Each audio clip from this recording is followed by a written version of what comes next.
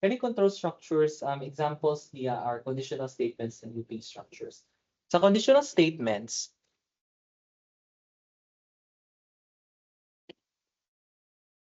for example,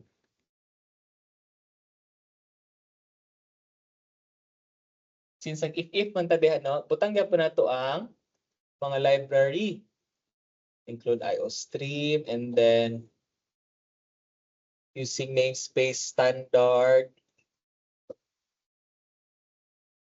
Example lang ta para makarelate mo gamay. Okay, ana. So for example, butang ka if. Wait lang. Sige na ta mag-if. Nagkuhan sa ka. Declare ka og int num. Okay, data type si int, num is the variable.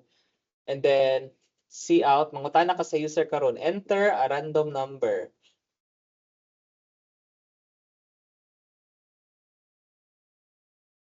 So in ka diha no, mangutana ka sa num. Sudlan na tong value of num. Ay, sudlan na tong num value, sudlan na to siya. Okay. Next, mag-ano ta if num equals, for example, 1.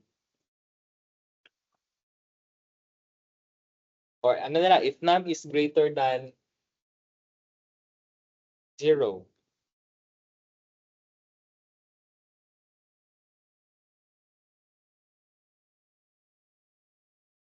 The number is positive.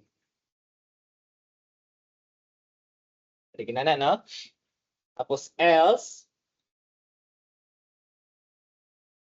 cout, of course, kung dili siya, for example, atong gi-input is -1.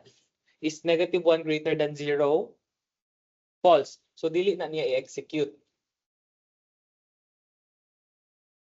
Okay? Open braces, close braces. Else, cout. So kung dili na niya execute, sa else siya karon mo dagan. The number is negative. Then close braces. Then return 0 and then close braces. So that is conditional statements. For example, 5 ang imong input, is 5 greater than 0? If that's true, display nimo. If -1, false, so dili siya ma-execute.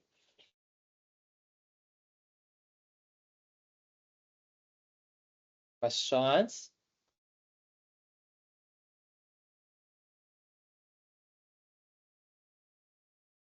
Yes. Almost similar. But sa Python, pwede wala ning open and close. Then dili ni siya braces. That's colon.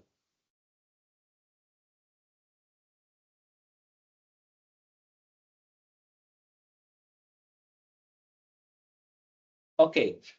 For this naman, int I equals 0. This is a for loop, no? In C++. So you start with initialization. Sa for loop kasi, sa for loop, you start with initialization. Kani. Initialization. Meaning to say, you initialize your I value as 0. So nag-start kag 0, then nag-end ka sa less than 5. So that's 0, 1, 2, 3, 4. I++ means to increment. Then, cout iteration I. Iteration na diyan, no? Iteration I. Tapos, ano? Then close. So what will happen here? Ang output. So, nag-start ka of 0, pero na iteration na siya sa apostrophe. So, gawas karon iteration. But what is the number I? Since wala man siya apostrophe. Your first value starts with 0. I is 0. Afterwards, nag-increment, nahimog 1. So, pag-increment, iteration 1. Then increment si 1, nahimog 2. Increment si 2, nahimog 3, 4. Pag 5 karon is 5 less than 5. That is false. False, 5 less than 5, false. So, the iteration will stop. So, mani karon ang output. Stop siya sa type, sa form. Ano siya?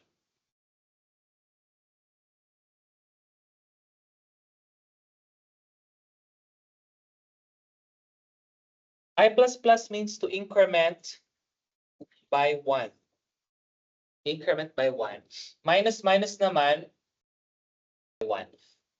But any variable pwede, like j or I or num++, basta kay, o plus na siya. May increment na siya by 1. Okay? Questions? Wala, no? Klaro lang? Sa switch naman, actually, kaya conditional statements, if, else if, after na tayo ginatawag na switch, kasi lang si switch, mostly characters and integers lang siya. No? For example, case 1, anak. Sabay unod sa case 1, ang calculator. Case 2, sabay na, no? Usually, kanang switch, ginagamit na siya pag nakay choices. For example, 1 is, pag press ka og 1, magawas si 1. Ano? Na button sa lihan ng buttons. Ana, for example, this is 1, 2, 3, 4. Sa buttons, sa program nimo karon, case 1, pag dito ng case 1, may code blocks diha. Isa may mahitabo pag press ka 1.